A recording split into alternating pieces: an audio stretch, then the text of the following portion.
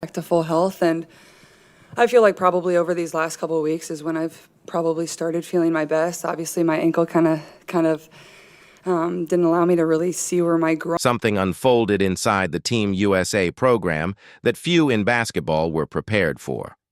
A head coach stepped away from the sideline mid-tournament without a clear public explanation.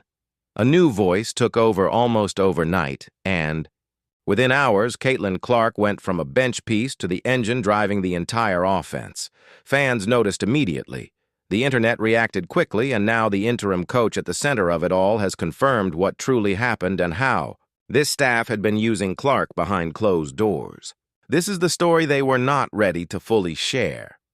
To understand why this moment carried such weight, you have to return to where it began.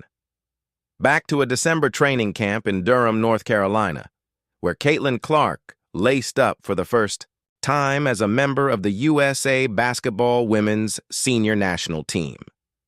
This was not just another practice. It was the first real glimpse of what her future in the red, white, and blue might become. Head coach Kara Lawson had just been officially appointed to lead the program through the 2028 Olympics in Los Angeles. She assembled a staff that included Indiana Fever head coach Stephanie White, Golden State Valkyries coach Natalie Nakasi, and Phoenix Mercury head coach Nate Tibbetts as assistants. On paper, it was a powerful group. In practice, it became a structure that would quietly spark one of the most discussed storylines of the entire qualifying run. Behind closed doors at that December camp, Clark was doing everything right. She worked with medical staff, trained with development coaches, and rebuilt her body after a difficult 2025 WNBA season in which she appeared in only 13 games, dealing with a series of lower body injuries that sidelined one of the most dynamic players in the sport for nearly a full year. She missed the WNBA All-Star Game. She missed the playoffs. She watched from the sideline as the Indiana Fever made a deep postseason run without her. And yet, when cameras turned on at that Durham camp, Clark looked like herself again, focused, energized, and ready. What the cameras did not fully capture was the tension quietly forming around how she would actually be used once the games began. Fast forward to March 2026, in San Juan, Puerto Rico, during the FIBA Women's World Cup qualifying tournament. Team USA had already secured its place in the World Cup in Germany by winning the AmeriCup the previous summer. These 5 qualifying games were, in theory, a formality. But regardless of that label, the moment felt significant because it marked the senior national team debut of Caitlin Clark, Angel Reese, and Paige Buchers. 3 of the most recognizable names in women's basketball, all stepping onto the international stage together for the first time. Fans arrived in large numbers.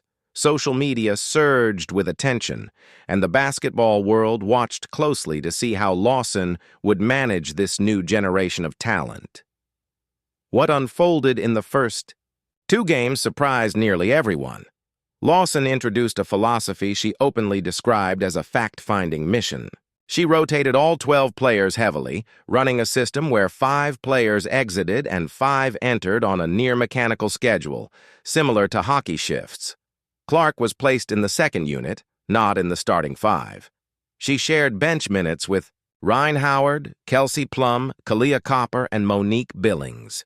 The veteran starting group, Chelsea Gray, Jackie Young, Kalia Copper, Derika Hamby, and a rotating front court, remained firmly set as the opening lineup game after game.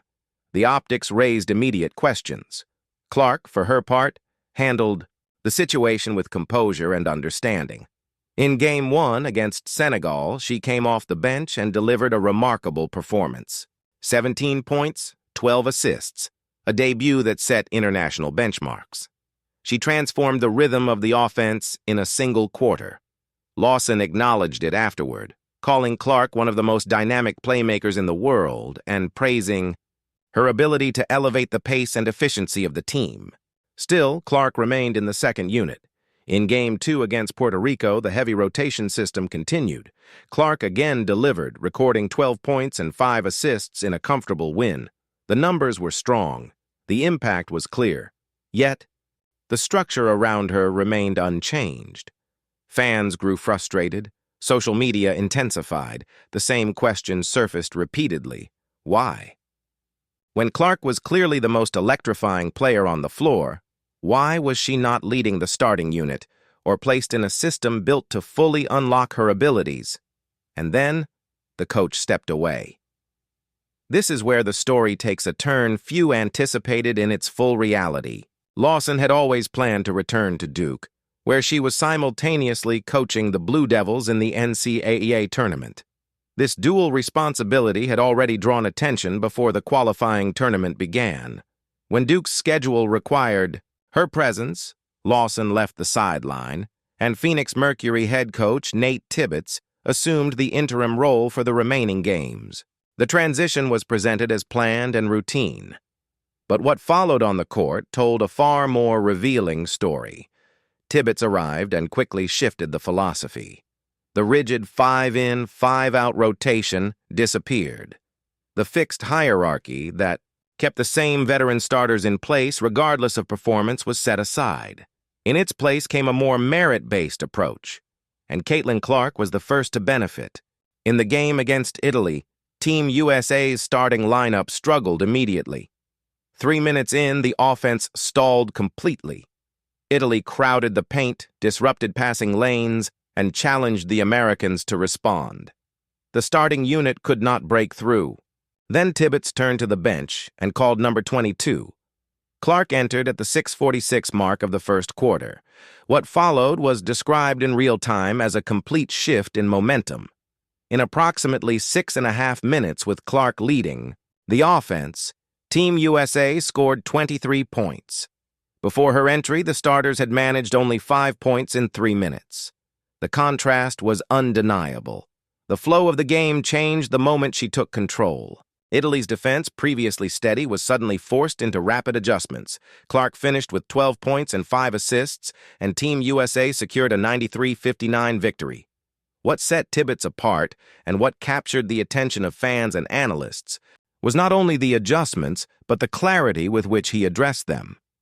He spoke with a level of honesty rarely seen in professional coaching environments, where public statements are often measured and cautious. At the podium, Tibbetts acknowledged that the previous approach had not been ideal. Without directly criticizing Lawson, he made it clear that defined roles and building the offense around the team's strongest playmakers would be essential moving forward.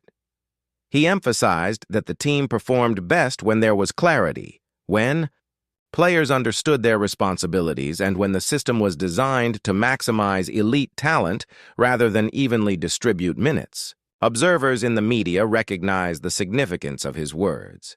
This was a coach confirming what the statistics had already suggested. The earlier system had not fully utilized Clark's abilities. He did not raise his voice. He did not seek attention. Yet, his message carried undeniable weight. The game against New Zealand marked the next phase. This time, Tibbetts placed Clark in the starting lineup. For the first time in the tournament, she began the game alongside Chelsea Gray, Kelsey Plum, Monique Billings, and Dearica Hamby. The result aligned with what many had anticipated. Team USA dominated New Zealand 101-46.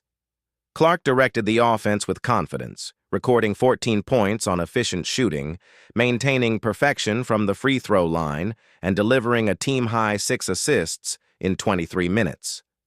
The pace improved. Ball movement sharpened. Spacing opened across the floor. For the first time in the tournament, Clark appeared fully settled in a role that reflected her true capabilities. The contrast with the earlier games was striking, even to casual viewers. This was more than a lineup adjustment. It was a clear indication of what the team could achieve when it fully trusted its most impactful players. And it did not end there. Later in the tournament, Tibbetts made another decision that captured widespread attention. He paired Clark and Paige Bueckers in the backcourt. This was the pairing fans had imagined for months. Two of the most gifted playmakers of their generation sharing the floor. both capable of creating from anywhere, both able to shoot from deep range, and both able to identify passing opportunities others might miss. The result was a display of offensive precision. With both on the court, defensive coverage became increasingly difficult. Open shots emerged consistently. Driving lanes appeared with ease. The paint opened in ways that had not been possible under earlier configurations, especially when the offense relied on less dynamic ball handlers.